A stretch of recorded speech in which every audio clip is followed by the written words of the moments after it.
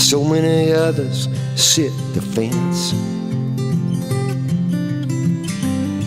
But if you want to know where the Word of God stands, and believe it wants to use your feet and hands, it's time to take your faith out of the seats and into the streets, and come along with me. If you only look, then you will see on WCN-TV.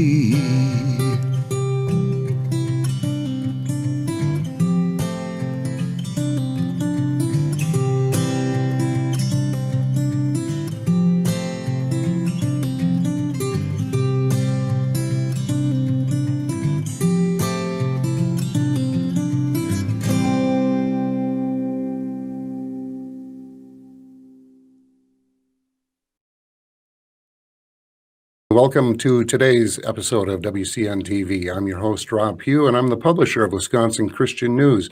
For those who don't know, we are a nationally distributed 48-page actual printed newspaper, which I hear is kind of rare nowadays. But you can learn more about us at wisconsinchristiannews.com. In fact, as we speak, the new edition of our newspaper is rolling off the presses. So if you're not already a subscriber, this would be a great time to do that. So there you go. There's a picture of the new issue. Well, today is October 14th, 2020, and we are 20 days away from the presidential election, and quite possibly some major upheaval in our country like we've never seen before. There's a lot of talk. There's a lot for us to talk about today, and we're going to be getting into some topics that you're not going to hear on the mainstream news networks. So please share this video with as many people as you can. It really helps us out, and also we need to get this information out to as many as possible because it's vital. I know a lot of you are probably tired of hearing about the elections. I kind of am, but you know, there's more riding on this than we realize. A lot of us realize. And the mainstream media really tends to focus on distractions and disinformation. What we want to do here today is to delve into some pretty intense things. And we couldn't have a better guest to discuss all this with than Lieutenant Colonel Oliver North, joining us on the show again today. Oliver North is a combat decorated U.S. Marine, #1 best-selling author, and for 17 years he was a syndicated columnist and host of war stories on the Fox News Channel. Colonel North served 22 years as a U.S. Marine. His awards for service in combat include the Silver Star, the Bronze Star for Valor, and 2 Purple Hearts for wounds in action. His resume is impressive and extensive, and we're sure we're going to get into a lot more of that as we go along here. But Colonel, welcome back to our show. Thank you for coming back and joining us again today and talking about all these things in these crazy times we're living in. Well, I appreciate the invite, Rob, and it's good to be with you because in addition to all those other things you just listed, the most important thing I've ever been is the husband of 1, the father of 4, and the grandfather of 18. And I'm always reluctant to put that in my bio because I'm concerned that somebody's going to say husband of 4, father of 1, and grandfather of 18. Well, God bless Betsy. Indeed, brother. So, well, you've been busy. You were part of Franklin Graham's prayer march in Washington, D.C. on September 26th. I know this past spring you just put out The Rifleman, which is a novel set in the time of the Revolutionary War. And from what I've seen, that's doing pretty well in book sales. And you've just launched a new venture as a book publisher. Fidelis Publishing began this year. And the stated goal is... our first book is already out. We've got a whole bunch more coming out here in the near future. And the hope is, just as you said at the very beginning, the things that are most important to our country are in these books. The things that are most important, not just to the political process, but to the spiritual nature of where we are, the cultural situation our kids are growing, my grandkids are growing up in. And on top of that, it's fun meeting authors who share those kinds of values that are really important to the future of not just the country, but those 18 grandkids. Yep, and you've got some great authors that I've seen just a couple of press releases on so far. So we'll get into that a little bit more here in just a bit. But first, tell us about your time at the prayer march in D.C. and your time with Franklin Graham. Well, Franklin's been a friend for a long time. His dad was a very, very special friend. I could never call his dad Billy Graham. It was always Reverend Graham to me. Mm-hmm. And I met him first at the White House when he was visiting with the president. In fact, we were walking up the stairs to the Oval Office from downstairs in the White House Situation Room. And he stopped suddenly on the stairway and says, "What's your name?" And I said, "Well, I'm a major in the United States Marine Corps," which I was at the time. And he said, I just call me Billy. And I said, "Well, sir, I can't do that." But that relationship, which began on the stairwell going upstairs from the so-called West Wing entrance, it resulted in a lot of, if you will, reassurance about the president that I was blessed to serve in the White House, because the president wanted to hear from Billy Graham. The president wanted to talk to him, and the president wanted to know what he thought of various things that he, the president, was planning to do. And it was a prayerful relationship in that they shared their belief in Jesus Christ as their Lord and Savior. And Billy Graham remembered. And so the very first night of those rather remarkable hearings back in the summer of 1987, we had an unlisted phone number, and I had asked for and insisted on our government monitor every single phone call that I received or made, because I never wanted anybody to go off and think I was, running amok, or as I was called, a loose cannon on the gun deck of state by several, as you pointed out, the so-called mainstream media. Right. And those 4 phone calls came from one of the Commandant of the Marine Corps. Number 2, it came from former President Richard Nixon, who I had met when I was the field representative and the staff duty officer for the so-called Kissinger Commission, a national bipartisan commission on Central America. And in fact, Richard Nixon's, I'll keep private what the Commandant told me, but had to do with adjusting my tie properly. Well, now we don't wear them, neither one of us. Well, the Marines still wear them, I can assure you. Okay, yep. Yeah. And so President Nixon said, "Oliver, that was a magnificent afternoon. The tales you told, the stories you told were so moving and have the additional merit of being the truth." Only Richard Nixon can put it that way. Mm-hmm. And then Reverend Graham called, and then President Reagan called. And I asked Reverend Graham at the end of the time we prayed together about what was coming up the next few days. We thought it was going to be over 1 or 2 days. And it went on for over a 9-day period that included the 4th of July weekend. And I asked Reverend Graham at the end of it, "How did you find my phone number?" And he put it this way. He said, "Well, I did what I always do. I called the White House switchboard." Yeah. Way to get things done. Well, it is indeed. And there's your average American probably can't just pick up the phone and call the White House switchboard, but he could. Right. Wow. Well, we have a short video segment I'd like to show our viewers. Now, this is from one of your programs. You do is it a weekly podcast? We do 2 a week right now. 2 a week. Okay. All right. So Yeah, and it's Real American Heroes, and this is from the prayer march in D.C. on the 26th of September. If we can take a look at that, and then we'll get back into things. I think all of us here recognize that our nation is in trouble. Jared? Republicans understand this. Democrats understand Mike? this. Independents. Can we move that Everybody forward to the understands our nation's in 7:35 trouble. mark? And everyone's a little confused. I don't want to cut Franklin off, but we've got a lot to do today. So, there we go. That's good. And right now, everyone will be heading to the World War II Memorial, which is about a 10-minute walk east. And this memorial is truly stunning. Not only is it breathtaking to walk through, it symbolizes the absolute best of the American people. It truly does. Honor, sacrifice, commitment. Those are all words that come to mind when you're thinking about the World War II Memorial. And for me, one of the most I guess, striking elements is the large field of gold stars that's on the west side. Each one of those stars represents 100 Americans who died in the war. There's a wall of over 4,000 stars reflecting the price that our country paid to defeat tyranny and to secure our freedom. We want to remember the men and women who have fought the battles of this nation to defend our freedom and the blood that has been shed for our freedom. And we thank God that He sent His Son, Jesus Christ, who shed His blood for our freedom. And we know if we put our faith and trust in His Son, Jesus Christ, that God will forgive our sins and heal our hearts, but heal our country.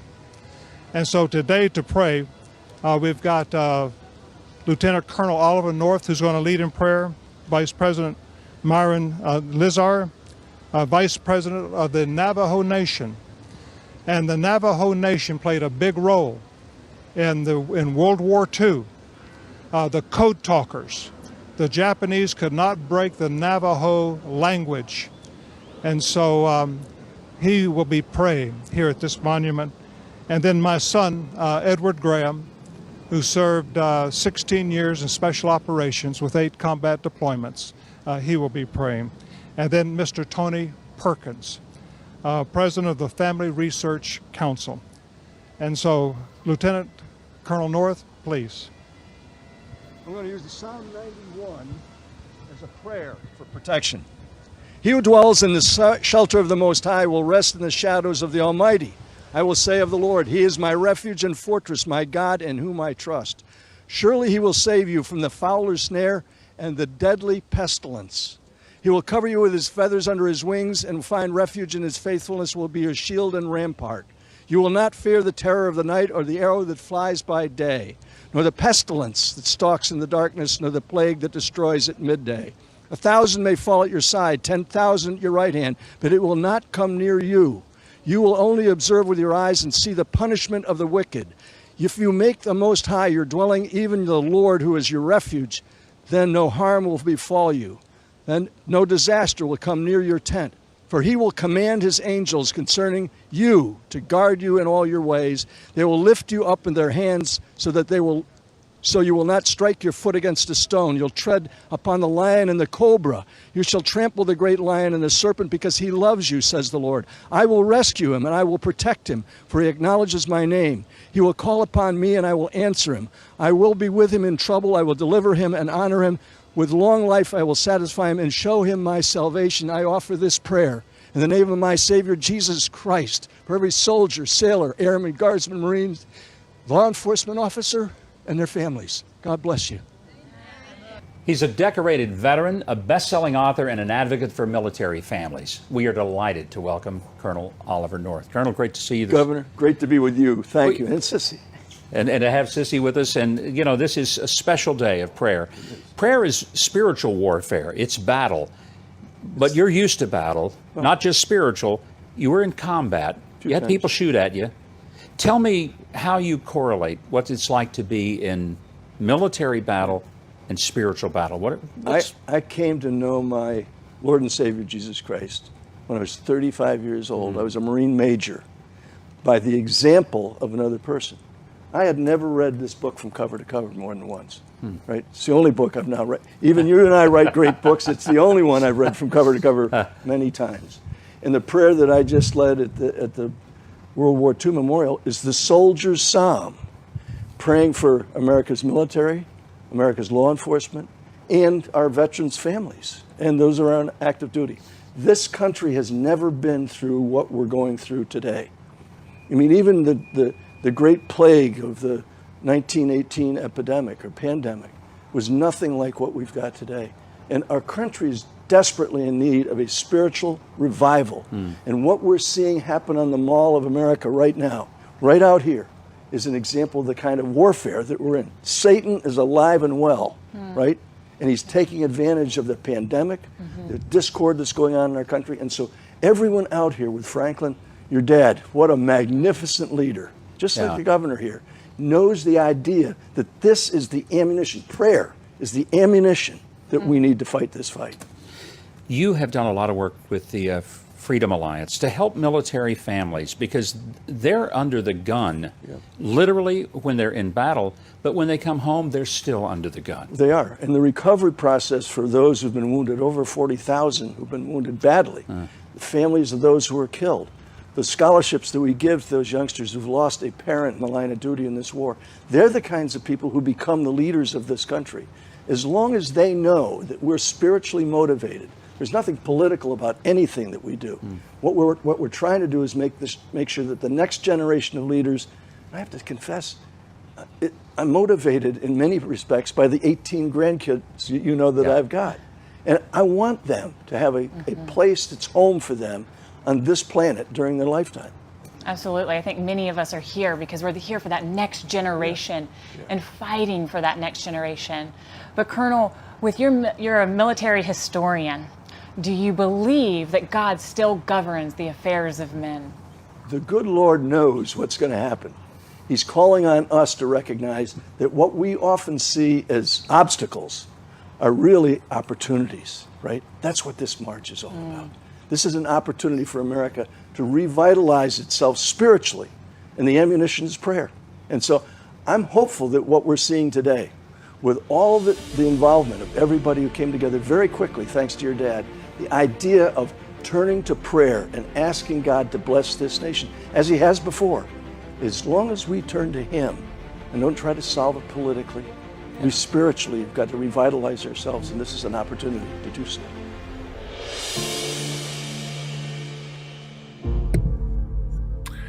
I watched that live, by the way, as it was happening. So couldn't have thought of a better, more appropriate prayer than Psalm 91 at that event. So thank you. But Colonel, there's no question, I don't want to be gloom and doom here, but there's no question that we are facing some unprecedented things, things we haven't seen in the history of our country. Seems like we have enemies on all sides.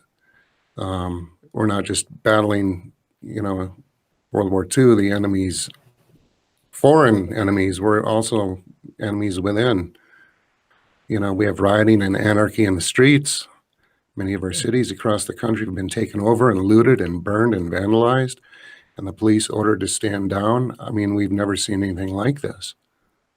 Not to mention, the economy that's been suffering for months. A lot of the businesses that have closed will never open again. So America's down. It is, but my sense where we're headed in all of this, Rob, is that this country is resilient. I mean, if you look at the spiritual values of those who founded this country, those who we call our forefathers, they weren't under attack in the 1918 pandemic. There were more people killed in the 1918 pandemic globally than there will be from this. But the end result, there was enough people who caught it that you ended up with what was called herd immunity. But you didn't have the riots in the streets. You didn't have vandals. You didn't have anarchists and arsonists. You didn't have people trying to destroy the very thing that gave us the freedoms we have, the Declaration of Independence, and the responsibilities that we have that are contained in the Constitution. I like to point out to folks, and a lot of people don't think of it this way, ours is the only nation on earth that has a Declaration of Independence and a Constitution that both contain prayer, an acknowledgement that we are God's creatures, that God gave us inalienable rights to life, liberty, the pursuit of happiness. If you look at those words, that's what they're trying to destroy on the other side. The far left in this country didn't exist in the 1918 epidemic. And on top of that, as you pointed out, there are millions of Americans who no longer have the dignity of work. Now, I don't know that the current administration has people that speak this way inside the administration. But one of the great things that happened over the course of the last 3.5 years is that millions of people who'd never had jobs got jobs. They could proudly go home and show, and there's numbers out there to reflect this. They proudly went back to the women who had been made pregnant by them, in some cases in marriage, in some cases not, and walked in the door and said, I've got a paycheck. I'm proud of the work that I'm doing. I have the dignity of having a job, and I'm being paid for it, who were suddenly out of work.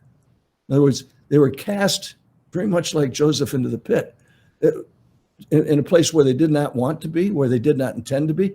And all of those opportunities that came with that dignity of work disappeared literally overnight.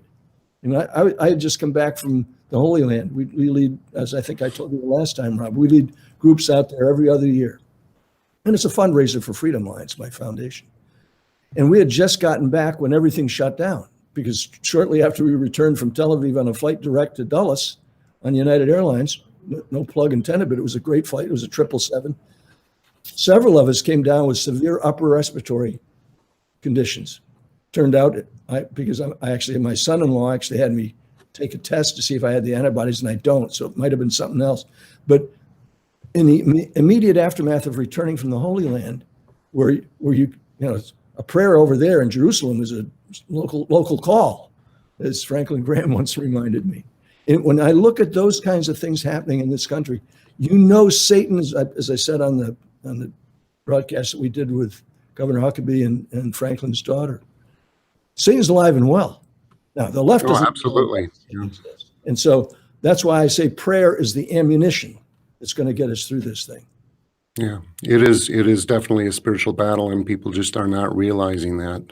They think it's all politics, but we've got a political party now that's openly advocating for socialism, which is just a stepping off point for communism. And it looks an awful lot to me like treason on a lot of their parts. Not to mention our young people, Well, look at it. Indoctrinated by leftist agendas in public schools and colleges, and even some of our churches. It seems like our young people are now the ones that want to destroy our country. We're not united like we used to be. Rob, I like to remind my grandkids, we got kids that are all the way up to sophomore in college down to 5 months old. So we're going to be around this issue for a while. But I like to remind folks that the youngsters who are going to college now, the mayors of various cities, the members of Congress in many cases, governors, the draft dodgers who are burning their draft cards in the war I was fighting in, are now running the country. And they're educating our children in Confucius institutes that are run by, shameless self-promotion, by communist Chinese.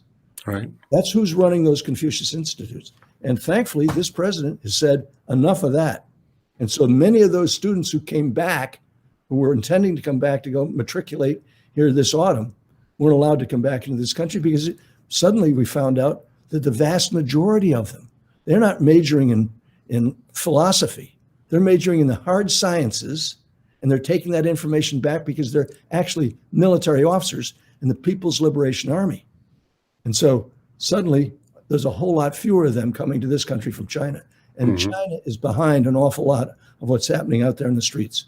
Absolutely. These guys, what you're seeing is the results of what the teaching has been in those Confucius institutes. Mm-hmm.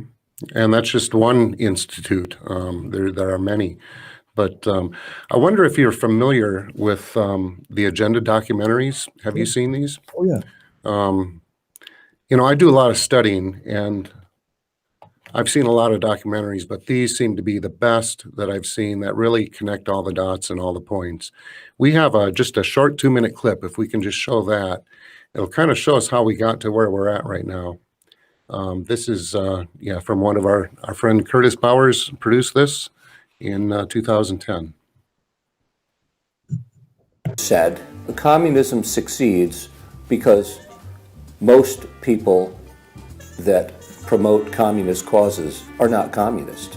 The useful idiots that Lenin called them, it gives it an air of legitimacy it would never have if it was identified with communists and communism. So why has it been so easy for them to get people on the left who aren't communist to push forward their agenda? Once I looked at the political scale, it all started to make sense. On the far left, you have 100% government, and on the far right, zero government. Anarchy is no government and doesn't make sense at all.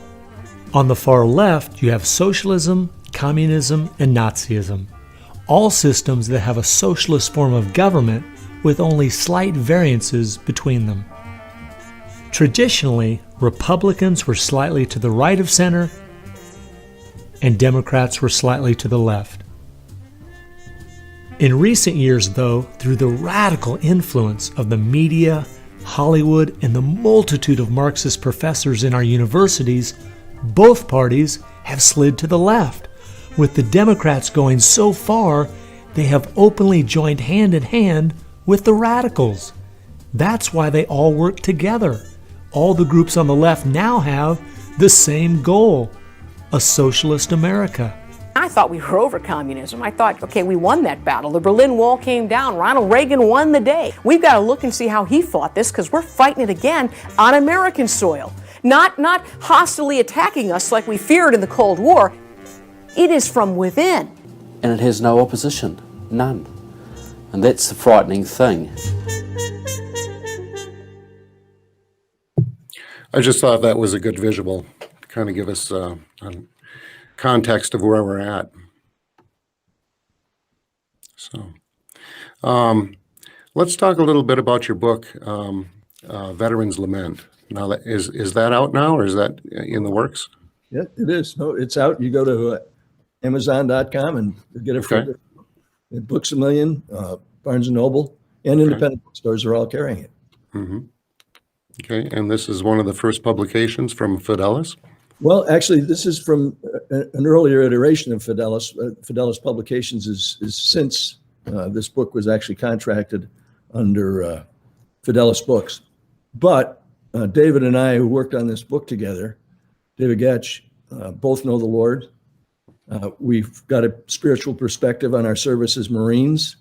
Our interviews bring up those issues in almost every case. And it's very clear that one of the great things that I learned as a consequence of what I mentioned in that interview with Mike Huckabee is that how the persons you keep company with behave. In other words, those with whom you keep company are going to define who you are in many cases.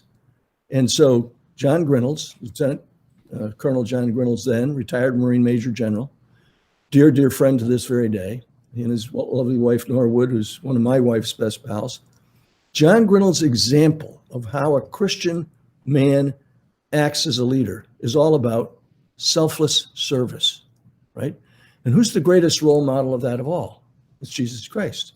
And so when I'm leading a group to Israel, and we're in what is, people believe somewhere nearby, because one of the things folks forget when they visit the Holy Land, it's not a stone that you now see standing on top of another stone is where it really was back in 70 AD. In 70 AD, the Romans destroyed the entire city. And so when you look at the upper room, what takes place in the upper room?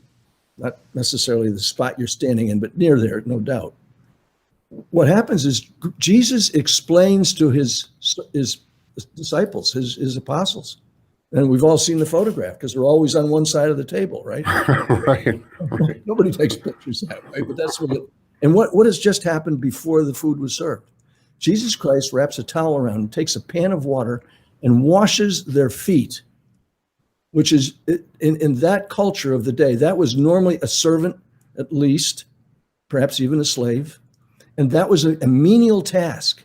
And here Jesus has led these guys all over Galilee. They've worn out their sandals following him. And here he is literally just hours before he's going to be tortured to death. And he's trying to teach them, this is really important, selfless service. Okay, sometimes sacrificial service. And Peter objects. Peter says, oh, no, Lord, I'm not worthy that you should do this. Words Jesus has heard before from a Roman centurion up at Capernaum. And of that Roman centurion, who's the enemy occupying force, he's the martial law of the Sea of Galilee's western shore. And when he comes to Jesus and says, save my servant, also possibly a slave. And Jesus says, oh, sure, let's go right up the hill, because you can see where the Roman garrison was billeted up the hill from the shore of the Sea of Galilee. And the Roman officer says, no, Lord, I'm not worthy you should enter my house, but I'm a man of authority. I can tell someone to come and they come. I can tell someone to go and they go. And all you have to do is say the word and my servant will be healed. As he walks back home to find the servant healed, and we know it's true because it's in my book and yours too,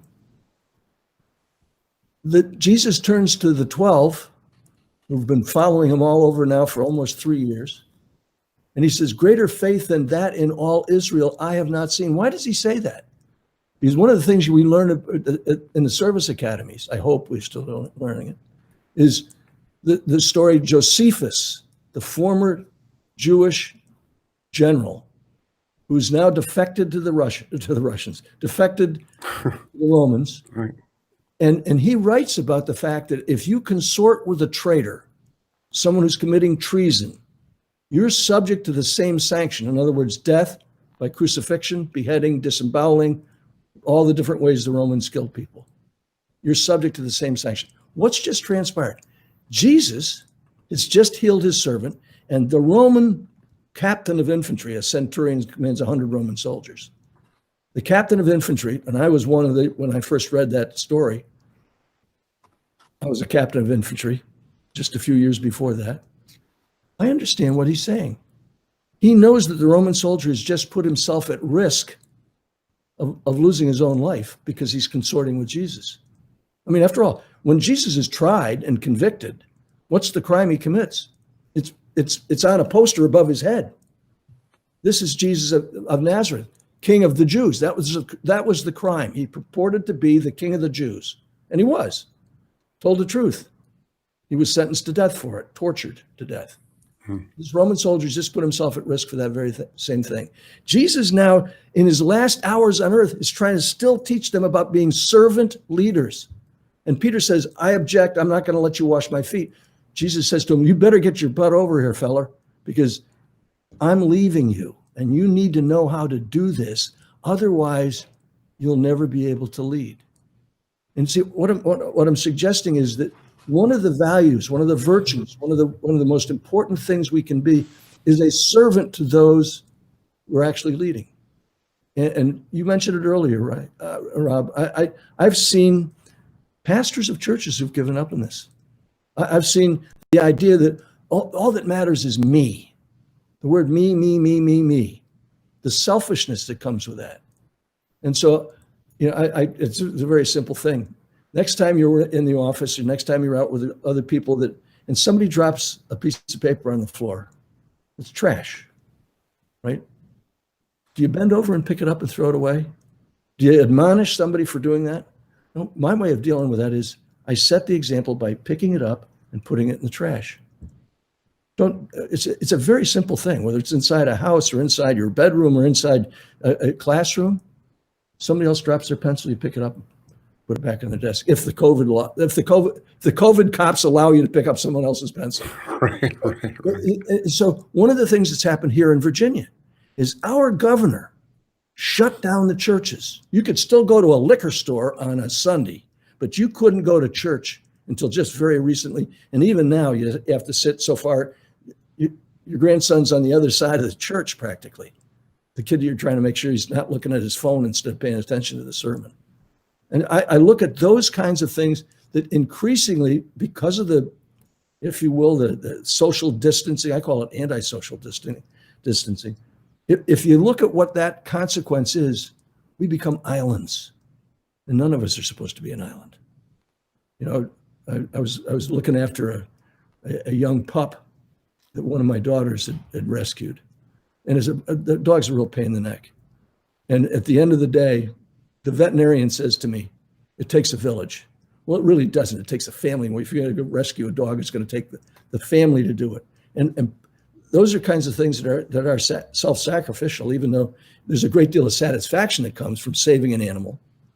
But saving another soul is even more important. And the best way to do that is set the example of being, if you will, a selfless servant. Well, and that's absolutely something that I really wish we still had a lot more of in our culture. You know, the definition of minister is servant, Yeah. And we need to get back to that. But so where we're at right now, we've got a lot of not self-sacrificing people, but self-centered people, all wanting the free stuff, right? Yeah. So how do you view this, the choice that America has to make in the next 3 weeks? Well, Less than 3 weeks. One of the things for certain is that there are elements of the Democrat Party that have now convinced a significant number of voters that you can be self-centered, you should be self-centered, and we're going to give you free stuff. Everything's going to be free. College is going to be free. You get, if you need food, you'll get free food. If you need free housing, you'll get free housing. If you need free fuel for your car or a free iPhone or whatever it is, you're going to get that as a consequence. Much of that rationale for that, of course, is based on the fact that the COVID threat is so great to us. And I'm not saying it isn't. Look, my lovely wife and I are the key targets for the COVID virus at our age, and given the medical issues that we've experienced, the surgeries we've had, the treatments for those. And so we're almost driven to loneliness by many of the rules that are being made by some very, very liberal people who are promising, don't worry about it, we will take care of you. That wasn't the frame of reference for the founders of this country. I mean, that's a scary phrase. Certainly is. So you don't know what being taken care of is like until you're standing in that bread line waiting for your little piece of bread. Well, or that you're suddenly sick and you're in New York City, and the governor of the state and the mayor of that city decide, oh, you've got COVID, our beds are clobbered. Franklin Graham set up a 300 and some odd bed emergency hospital in Central Park, and they went after him because he's pro-life. Right. I mean, it's just stunning, but the fact was that they were trying to get him thrown out. Mount Sinai Hospital, a Jewish named hospital, right? And they made the arrangements, and they saved the lives of scores of people by virtue of setting it up. Well, when they got the crowd started showing up with COVID, if you were an older person over the age of 70, you got sent to one of the quote rehab centers or assisted living places. And everybody wondered why thousands more people came down with COVID. Heck, they didn't have the isolation that we eventually ended up with. I've lost some dear friends to this thing. I look at some of the last moments of some of my dearest friends. None of us could go, to include his wife and children. They could not go and spend time with him because the rules that were made here in Virginia were so strict that all they could do was wave at him through a window, and he passed. And the idea of not being able to hold in your arms someone who is dear to you in their last moments is just incredibly painful to think about. And that was a political decision made by morons, forgive my French. Well, and it's we're seeing this all over the country. People are beaten down. People are tired. People are worn out, and they're just so tired of this. It gets to the point where you don't even want to go out and do anything because there are so many rules. It's like we're almost living in communist China right now. Yeah. And it's sad to see our country go this way. Well, in the book that you so very kindly brought up, I mean, that sentiment that you just articulated is very heavy with the soldiers, the sailors, airmen, guardsmen, Marines who we interviewed for this book. And they asked themselves, is this the America I fought for? And one of the reasons why there's this kind of book coming out today is, look, the Vietnam War did not have a good outcome. The bottom line of it was we fought for 10 years for an outfit that never intended to win the war.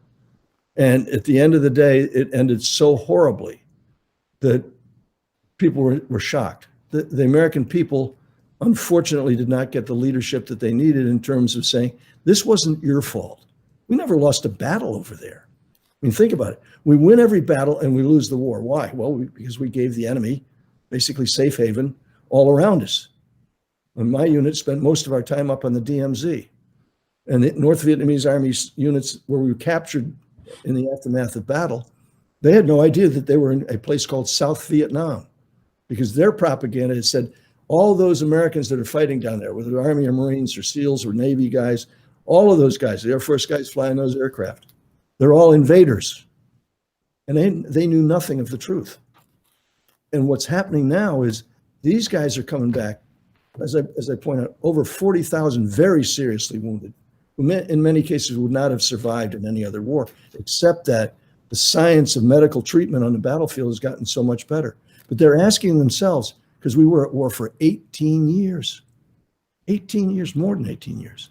And when this president said, I'm going to bring the boys home, because fighting endless wars is not what we're supposed to be doing with their lives. And I look at the commentary that these guys offered us in this book ought to be looked at by everybody who's saying to themselves, I had a son, I had a dad, I had a husband, or in some cases, a wife. I mean, some of our scholarship recipients are the sons and daughters of women who were killed in this war, because for Lord knows what reason we've decided we're going to put women into ground combat. All of this to say that the role models, if you will, that we've now chosen are the people that are out there throwing rocks through windows and throwing Molotov cocktails into stores and ripping them apart. Over 300 cities and those kinds of engagements.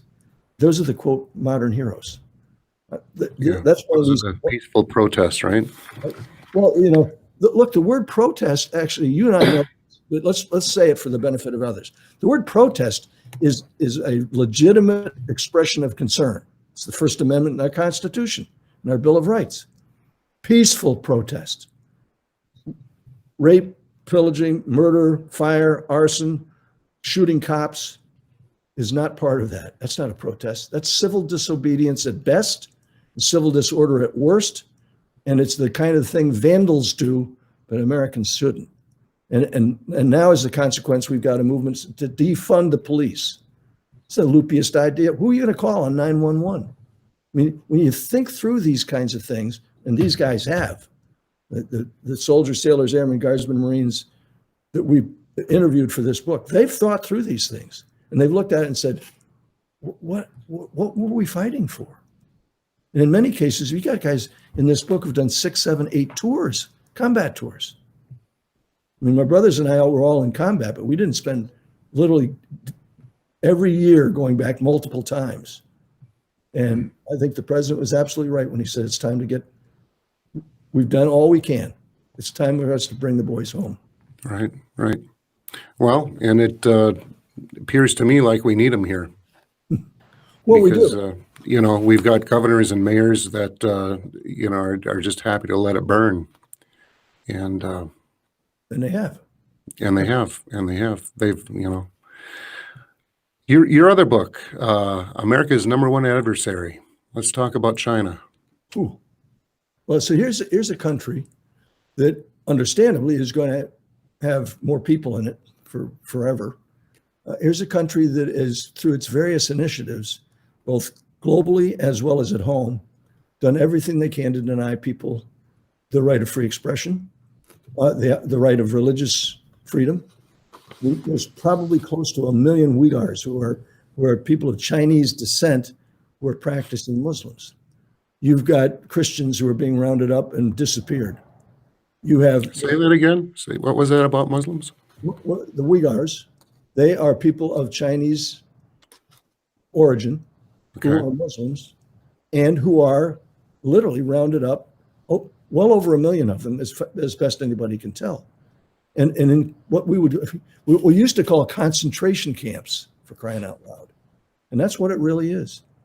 And when you look at what's happening to Christians in China, when you look at what's happening to people who have any form of dissent, even some of the scientists in China that pointed out, hey, we're dealing with something of a very communicable disease. Poof, gone. Where's that doctor today? Well, I guess he died of COVID. And on top of that, the so-called Belt and Road Initiative, which they go into Africa, for example, and they said, we'll help you develop the cobalt mines that you've got or the oil and natural resources you've got. And at some point, when the corruption that comes along with all of that takes over, they'll come in and claim legitimately, legally, they will claim that's now ours. We don't have to give them anything to do it. Right. One of the reasons why in Italy became the number one spot for, if you will, the exportation of COVID-19. Why? Well, because over the course of the last 15, 20 years, China has slowly but surely built up significant money and put it in the hands of government-controlled, if you will, plutocrats and bureaucrats and the very wealthy in the country. And they bought up, and I may get some of these wrong, Lamborghini, Ferrari, all the big fashion lines, and they still say on the back of them or on the front of them and somewhere on it, made in Italy. Well, it's made in Italy by Chinese exports, Chinese exported citizens, hundreds of thousands of them in northern Italy. And first person I ever heard express himself on this, and we put it in the book, Newt Gingrich. His wife is the ambassador to the Vatican from the United States. And Newt Gingrich watched it happen and was in communication with the president and said, China is exporting this disease. Now, I have no idea how this disease actually started. Was it started in a laboratory as a biological warfare agent? I don't know. But we do know that the Chinese stopped all internal movement inside the country right after it was first exposed in 2019. Nobody was allowed to travel down the street to see their mother-in-law. They weren't allowed to travel anywhere else in China. They had to stay right within blocks of where they lived. And if you were one of the workers, the hundreds of thousands of workers building Lamborghinis and Maseratis and Ferraris or ladies' handbags or shoes, you were one of the hundreds of thousands who were exported to Italy to build them. You got to come and go.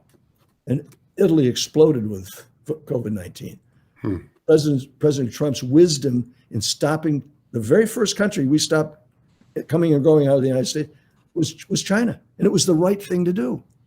And so I look at that kind of thing and I say, how can these guys offering that kind of stuff to literally the worst kinds of outcomes?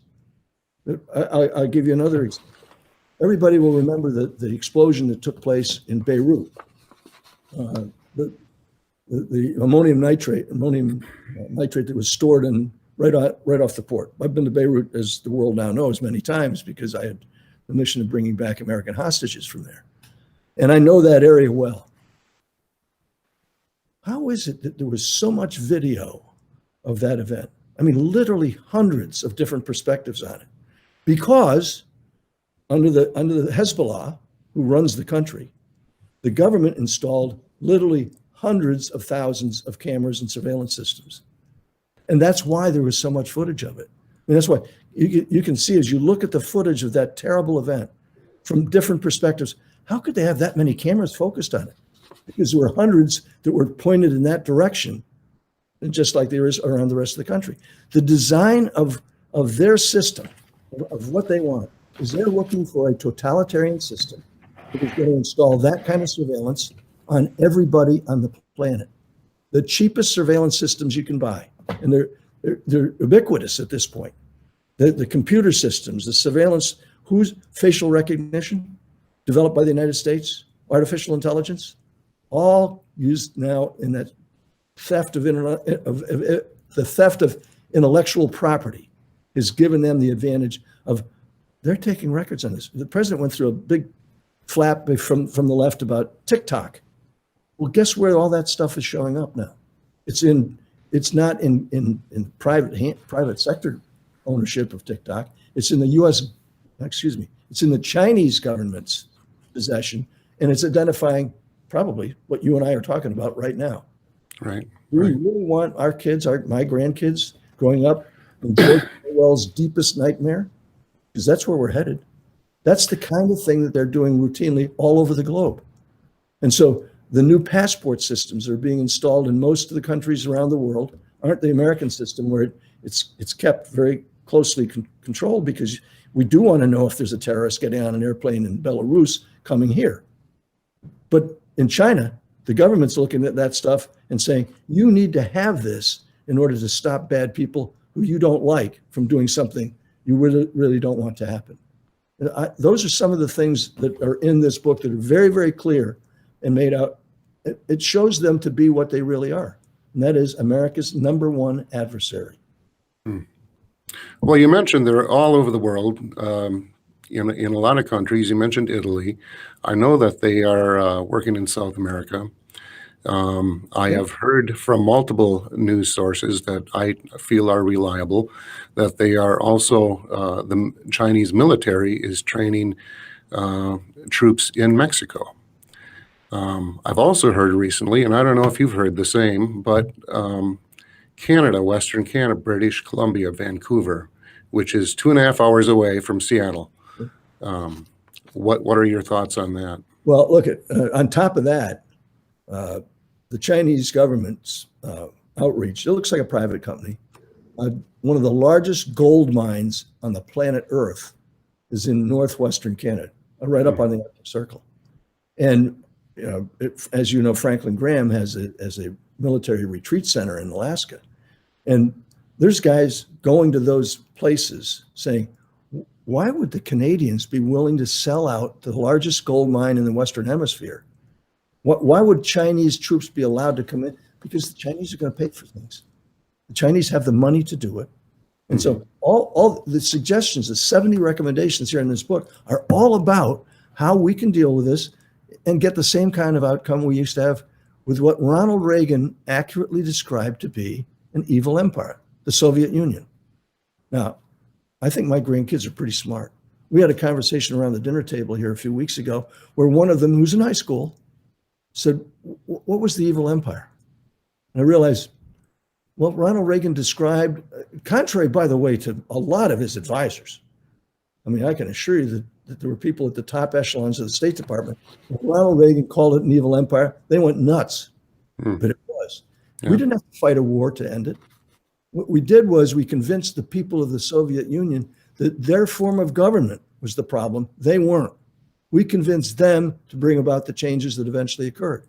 You've got a hollow economy going on inside the government in Beijing.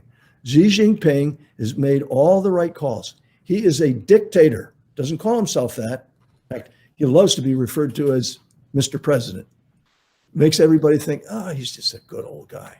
The reality of this man, look at the smug expression on the face. Yeah. You didn't make these things up. These are the real thing. They do not want this president to stay in office. And they're spreading the stories through their so-called Confucius Institutes. They're spreading the encouragement of doing away with the American Constitution. They're doing things like, well, your representative, this is one, your representative government, okay, with this so-called, call it the folks who are going to elect your president really aren't representative of who you are. And this electoral college thing is just nuts. Why don't you know that? That's where these ideas are coming from. Right. We don't have one where we are. No, they have a Politburo. And this guy right here is the head of the Politburo. The only responsibility he has is to himself and to that Politburo, which is the People's Republic of China's governing body. The idea that this country is going to have a 3 million man army, that they're building out of nothing but coral atolls in the Pacific, they're building military bases on man-made islands. That doesn't come cheap. All these guys are trying to do is make sure that they, in that particular case, is that they can keep the American fleet from coming anywhere near them. They can basically build an offshore series of islands. It's the same idea that the Japanese had, but the Japanese never had the resources to win in World War II. And some of their experts told them that before they went to war, told the emperor that. If you look at what the Chinese are doing, they do have the resources. And what we needed to be doing is showing them that democracy is a better form of government, that free enterprise is better than communism or fascism, and to make sure that the American people give their ideas on freedom, on liberty, and if you will, freedom of religion, the idea to practice your faith as you wish, not be told by the government, not have elements of various denominations that are now kowtowing to the Chinese government. And that's the kind of thing that takes time, but it's possible. I mean, the largest theater chain in America is owned by Chinese, quote, businessmen. And they've been hurt very badly by this COVID thing. I hope that we're not sending our money to Beijing to bail out that theater chain. Well, they own a lot of America. They own, they're in control of the ports on the West Coast. Yeah. So and the Panama Canal. And the Panama Canal. So we're coming up on less than 3 weeks. Yeah. What is your prediction? What do you think we're going to be seeing here? Both. And do you think we have Chinese troops embedded with Antifa and Black Lives Matter? We know that's a Marxist organization, and it's unlikely, and that's in part because you see all the footage that's being shot, and it's fairly simple to be able to identify at least a racial profile. I think what's far more likely is you've got white, black, Hispanic, whatever, in these crowds of arsonists and vandals who have been what they've been is indoctrinated with the ideas of this guy right here, the People's Republic of China, his leader Xi Jinping, and these Confucius Institutes. And so what you've got is the ability to reach within, spread disinformation, convince people that their way is better than our way, and quite frankly, because you've got so many people out of work, I think it's far easier than it ought to be for them. That's a simple way of putting it. Yeah, people are dependent. They're looking to government to bail them out and to feed them and take care of their medical and everything else. Yep. So it really is going to start with re-educating our children, because you get them into 12 years of public school and then 4 years of college, and you wonder why they're burning down their own cities. Exactly. It's insanity. Well, and look at, the efforts that have been made by the Secretary of Education and by the administration to convince state governments, hey, let the people have the freedom of choosing where their kids are educated. Private school, charter school, a public school charter relationship like we had in Virginia and you had in New York. And let the people decide. Well, that's anathema in any left-leaning state. And Virginia is now a left-leaning state. Yeah, unfortunately. In large part because, quite honestly, look, the churches are afraid that we're going to end up with a system that's being dictated by the far left that says, if you stand up and support the sanctity of human life, if you support a candidate who represents the values of most of this congregation, if you have a minister who's bold enough to say, here's what I think about, let's deal with that sanctity of human life issue. I think we ought to be doing this about it. They're worried that this new government in America that they think is going to take over, in January, is going to ban that kind of talk from the public discourse of a church. And so I think, by the way, they do have reason to be concerned about. I think that's the kind of thing that you could end up with if we don't wake up between now and November 3rd. Yeah. I'm very concerned about that aspect of why pastors aren't standing up and saying tell the truth. Tell the truth to the members of your parish or your congregation. What we went through with for example, the whole issue of the Little Sisters of the Poor being told that you have to financially support the ideas of abortion, the ideas of restrictive information being passed out in our educational system. I look at those as saying, that is very dangerous to the future of this country. But if you're on the far left and you believe that the government ought to be telling us everything about what we can do, from how we educate our kids to what we eat at the dinner table, from whether we're going to be able to have an oil-fired heating plant in our home or a car that burns gasoline. Just about everything that we're looking at in terms of day-to-day life, the far left wants to take over for us. Yeah. Take over. That's the operative term there. So, well, we're down to our last minute. We better let people know about where they can find you. Well, you can find me at olivernorth.com. Okay.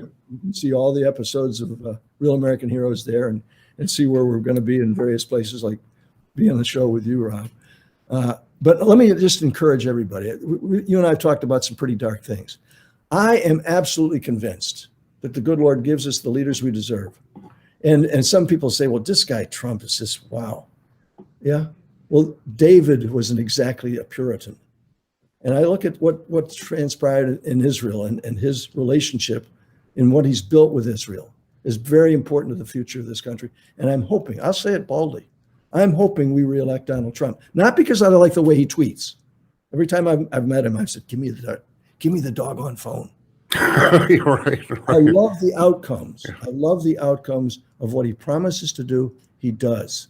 And yes, he puts it sometimes in but think again of David. Yeah. David created what is today the state of Israel. Yes, there's no doubt that there's many of the things that started under David still exist in Israel. Was he a perfect human being? No. And my hope is we can decide, we will have the right to decide properly, I hope, who our next president is going to be. And I hope it's the same guy we got there today. Yeah, because we do have a choice, and it is a choice between America and socialism, communism. That's our choice. And again, we need to re-educate our kids and just get this information out to them. A lot of great information, a lot of inspirational things on Oliver's website, and it's a great show, Real American Heroes. So thank you, sir, for joining us again. Rob, always good to be with you. Semper Fi, as we say in the Marines. Amen, amen. And we'll see you next time. Hopefully shortly after the election. So we'll be back. Okay, God bless. He does. You too.